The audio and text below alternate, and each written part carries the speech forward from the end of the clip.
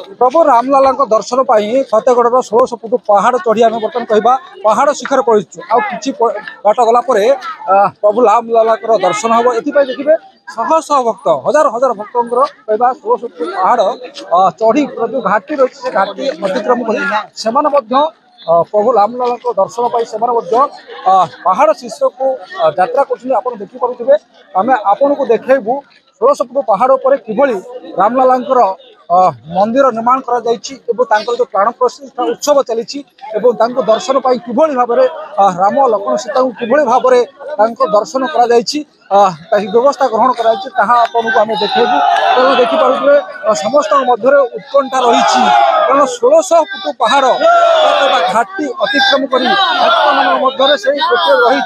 प्रभु रामलाला को दर्शन करेंगे सीता को दर्शन करेंगे लक्ष्मण को दर्शन करेंगे बजरंगी हनुमान को दर्शन करेंगे 1600 फुट पहाड़ जो रही पहाड़ शीर्ष में मत यात्रा आपन को देखु से 1600 फुट पहाड़ पर बौलमाल सुसज्जित होता से रामलाला मंदिर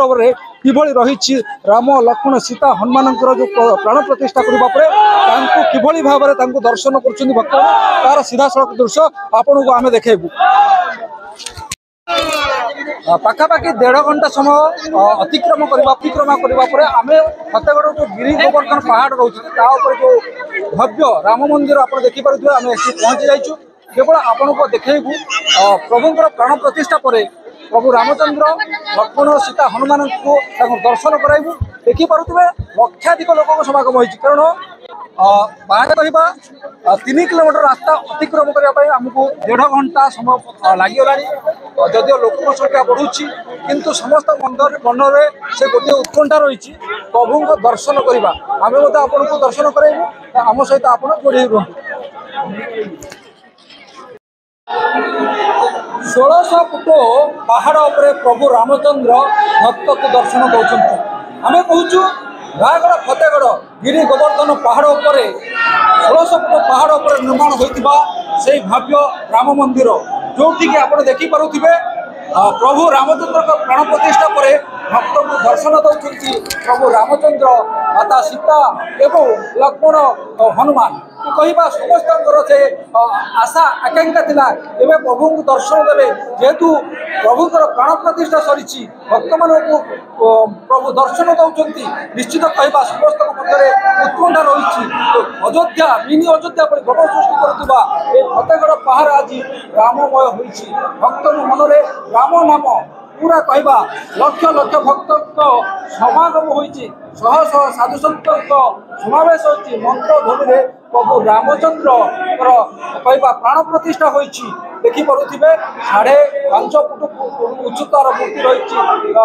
प्रभु रामचंद्र रही माता सीता रही लक्ष्मण रही हनुमान निर्माण अति सुंदर देखा जी मनोरम ठाकुर को दर्शन कला भाव भक्त मन में से गोटे हूँ प्रभु जिते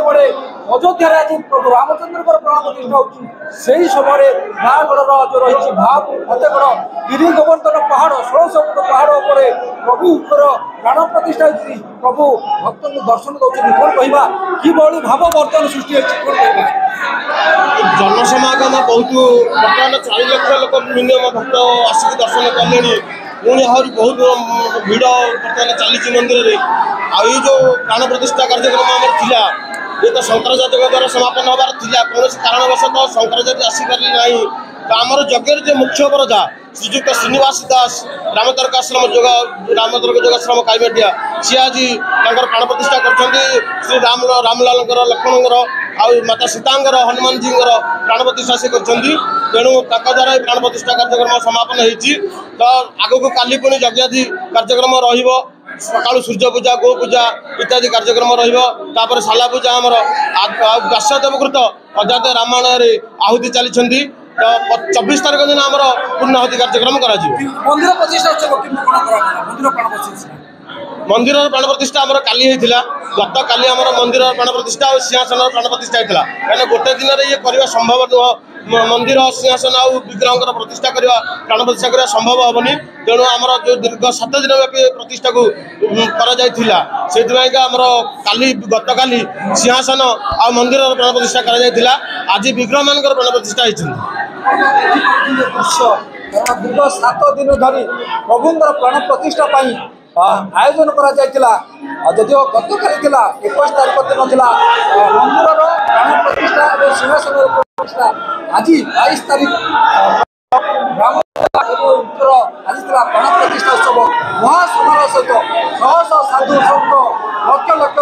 ଭକ୍ତଙ୍କ ସମାଗମରେ ଏବଂ ପ୍ରଭୁ ରାମଚନ୍ଦ୍ରଙ୍କର ପ୍ରାଣ ପ୍ରତିଷ୍ଠା ହୋଇଛି। ପ୍ରଭୁ ଭଗବାନ ଆଜି ଭକ୍ତମାନଙ୍କୁ ଦର୍ଶନ ଦେଉଛନ୍ତି। 1600 ଫୁଟ ପାହାଡ଼ ଉପରେ ଫତେଗଡ଼ର 1600 ଫୁଟ ପାହାଡ଼ ଉପରେ ପ୍ରଭୁଙ୍କର ଏ ଦର୍ଶନ ଭକ୍ତଙ୍କ ମୁଣ୍ଡରେ ଭାବମୟ ସୃଷ୍ଟି କରିଛି। ସମସ୍ତେ ବିଭୋର କାରଣ ଭଗବାନଙ୍କୁ ଯେତେବେଳେ ଦର୍ଶନ ଦେଉଛନ୍ତି, ଭଗବାନଙ୍କୁ ଯେତେବେଳେ ପାହାଡ଼ ଉପରେ ଭକ୍ତଟି ଆଜି ଦର୍ଶନ ପାଇଛି ତା ମନରେ ଉତ୍କଣ୍ଠା